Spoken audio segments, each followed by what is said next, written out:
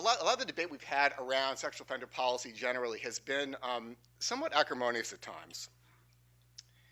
On one side, we have a group that is perceived by the other as being reactive, being overly punitive, being resistant to integrating evidence. We tend to talk about the fact that our policies, our public policies, are kind of knee-jerk reactions to these very extreme events, and I'm going to get into some of that. On the other side, those who are on the other side are often viewed as being soft on offenders and not quite in tune with reality. And this is a lot of the discourse that's kind of permeated our public policy discussion around sexual offending. And I want us to try to move a little bit beyond that. When we're talking about criminal justice-based policies, they tend to be mostly driven by statute. Okay? It's legislation that is passed. They have to be implemented down there. And we're talking mostly about criminal codes. In some cases, we have civil processes. I'll get into those in a minute. The public health and human services sector tends to be a little bit more kind of ground up. The innovations and the kinds of policies that we see, hopefully, and this is not always the case, but are mostly driven by kind of emerging programs, emerging practices, what works. And I will argue that it's a sector that is probably a bit more receptive and conducive to the implementation of evidence-based practice. When we talk in terms of the realm of prevention, mostly when we're talking about criminal justice responses, we're talking about what we'd call tertiary prevention. Okay? It's where basically something has happened, we're trying to respond and intervene. And the public health approach obviously comes at things from a very different angle, and the emphasis is mostly, ideally, and this is what we're going to talk about a lot today, is primary and secondary. And then we obviously are working in different kinds of activity domains.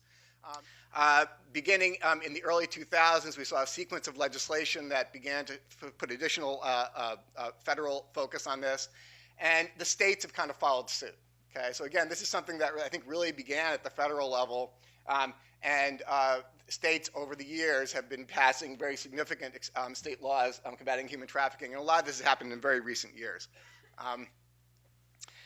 Second major domain where we see, again, what we would consider to be some form of prevention of the exploitation of children is in the realm of child pornography and internet-based sexual exploitation of kids. Child pornography laws date back to the 1970s, and over the years we've seen a sequence of federal activity where there's been increasing federal focus. I'm going to show you some data in a little while about the federal prison system and what's been going on there. But the prosecution and the disruption of child pornography networks has become a major initiative. When we take a step back and we look at these policies that really began in the 1990s, and we've seen, we're now about a quarter century in, we can kind of put them into two major kind of buckets. The first are what we call institutional strategies, and the second are community-based.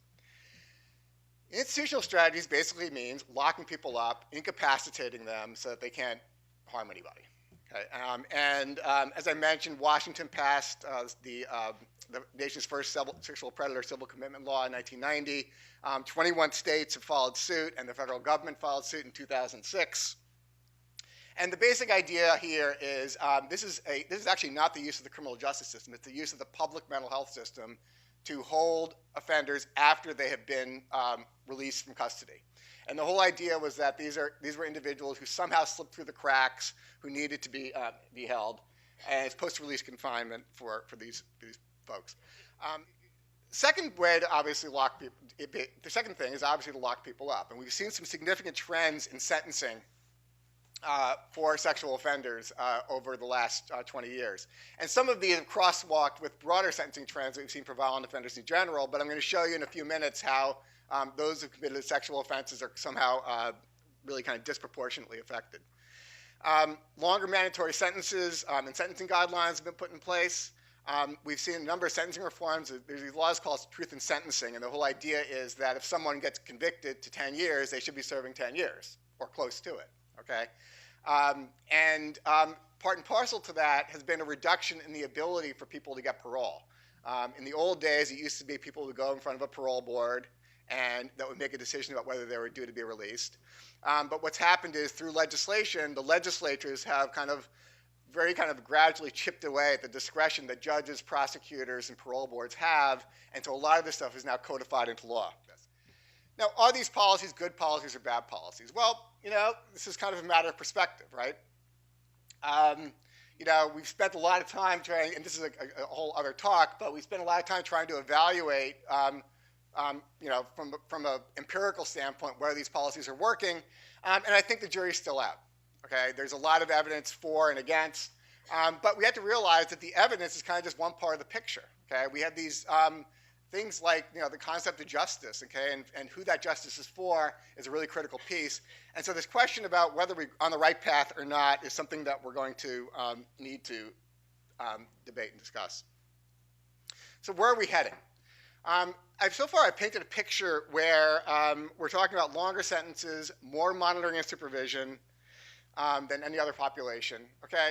And I think we can kind of put all of that into what we call a relatively reactive kind of punitive bucket, okay? Because what we really need to be doing is thinking about how all these elements can be integrated into a cohesive whole, okay? The fact that we always are going to be having justice responses that are kind of reinforcing our values and keeping kids safe. And those things can really work well in tandem with all these other kinds of things that we're going to be talking about today.